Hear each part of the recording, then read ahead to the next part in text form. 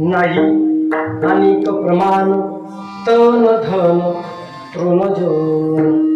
तुकोबारे सांगतात तनाचा जनाचा आणि धनाचा विचार करत असताना तुकोबारे सांगतात तन धन आणि जन आम्हाला आवडत नाही आणि तृणासमान म्हणजे गवता समान याला आम्ही समजतो. बरोबर. तनाचा विचार करत असताना तुकोबारे सांगतात या देहाला मी माझा देह म्हणायला तयार नाही. मी काय म्हणतो ऐका. एकनाथ महाराज किती गोड भूमिका सांगतात ऐका. एकनाथ महाराज सांगतात या देहाच्या संबंधाने विचार करत असताना आई मुलाच्या संबंधाने म्हणत असते हा देह माझा आहे. मुलगा म्हणत असतो हा देह माझा आहे. बायको म्हणत असते हा देह माझा आहे. मुलं म्हणतात हा देह माझा आहे. या देहातला जीव म्हणतो हा देह माझा आहे आणि स्मशानेतला चितेचा अग्नी म्हणतो हा देह.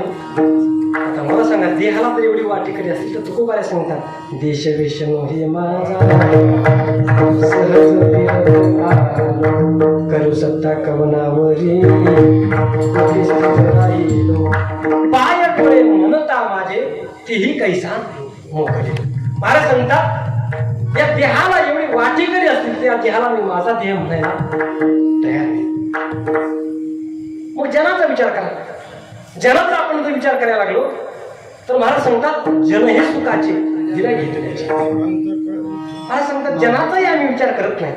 धनाचा धनाचा आणि जनाचा. धनाचा आपण विचार केला तर एक प्रमाण देईन धनाच्या मागे कळी काळाचा लाग म्हणून या संघ खोटा त्याचा. महाराज सांगतात तनाचा धनाचा आणि जनाचा आम्ही विचार करत नाही. त्याच्या भगवंताशिवाय आम्हाला दुसरं काही आवडत नाही. नाही अनेक प्रमाण तोन धन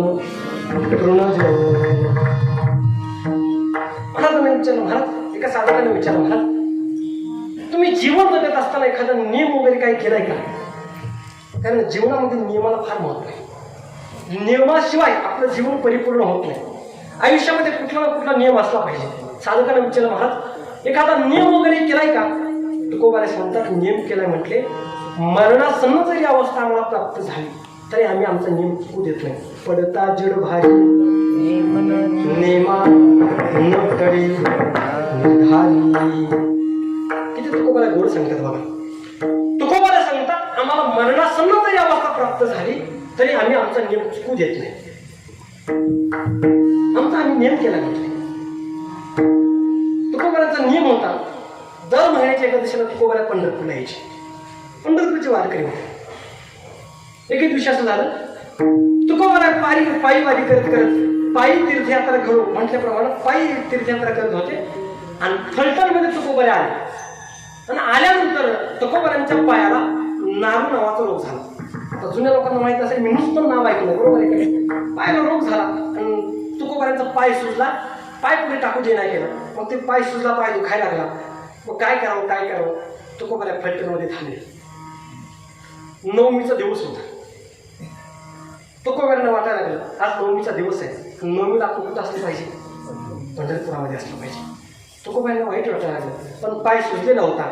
पाय पुढे टाकता येणार गेला. पाय सुजलेला होता. पाय दुखत होता. काय करावं. नवमीची रात्र तुकोबारांना तिथेच काढावं लागली. दशमीचा दिवस उजळला.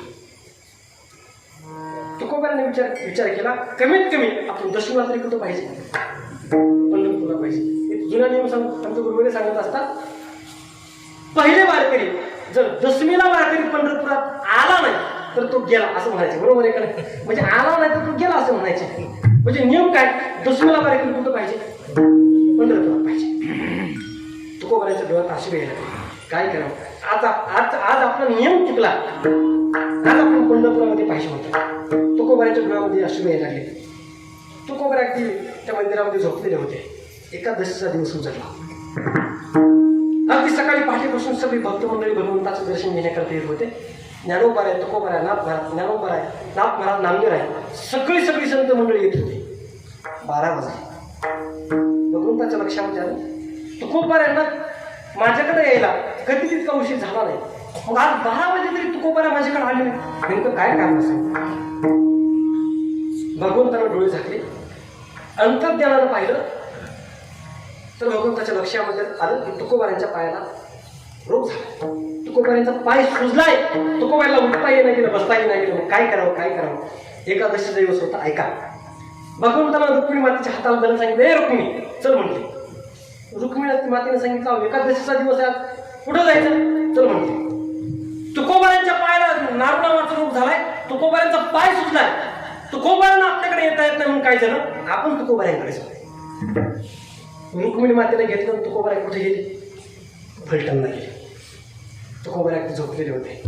भगवंतांना हात लावला, ओ तुकोबारा उठा उठा म्हटल्याबरोबर तुकोबारा उठले. तुकोबारांनी हात जोडून सांगितलं, देवा तू इथं कसं काय? आज एकादशीचा दिवस, तू पंढरपुरामध्ये पाहिजे, तू इथं कसं काय? देवानं सांगितलं, मी आलो ना तुमच्याजवळ, तुमच्या पायाला रोग झालाय, तुम्हाला उठता येणं गेलं, तुम्हाला चालता येणं गेलं, मग मी स्वतःहून तुमच्याकडे आलो, घ्या माझं दर्शन. तुकाराम महाराजांनी सांगितलं, देवा आता तू समोर आल्यानंतर दर्शन घ्या, हे का सांगा बघतं का? तुकोबारांनी देवाचं दर्शन घेतलं. दर्शन घेतल्यानंतर देवानं सांगितलं, तुकोबारा तुमच्या पायाला रोग झालाय ना, तुम्हाला चलता येत नाही, उठता येत नाही, बसता येत नाही ना, मग एक काम करा, तुमची वारी पूर्ण होणार नाही म्हणून मी तुम्हाला दर्शन देण्याकरता आलो. माझं दर्शन घेतलं म्हणजे तुमची वारी पूर्ण झाली. मग आता काय करा, जितक्या दिवस इथं राहायचं तितके दिवस राहा, आणि पाय परा झाला की फलटून माघारी गावाकडे देऊ ना निघून जा.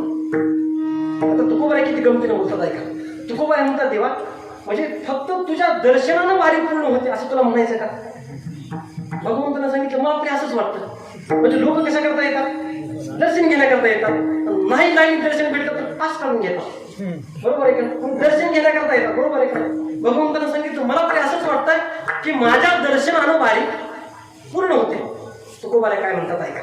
तुकोबारा सांगतात, देवा नुसत्या तुझ्या दर्शनानं वारी पूर्ण हो, आवडे पंढरी भीमा पांडुरंग चंद्रभागा लिंग कुंडली, चंद्रभागेचं स्नान, कुंडलिकाचं दर्शन, प्रदक्षिणा, तुझं दर्शन, इतक्या सगळ्यानं वारी पूर्ण होते. एकट्या तुझ्या दर्शनानं वारी पूर्ण हो म्हणजे काय?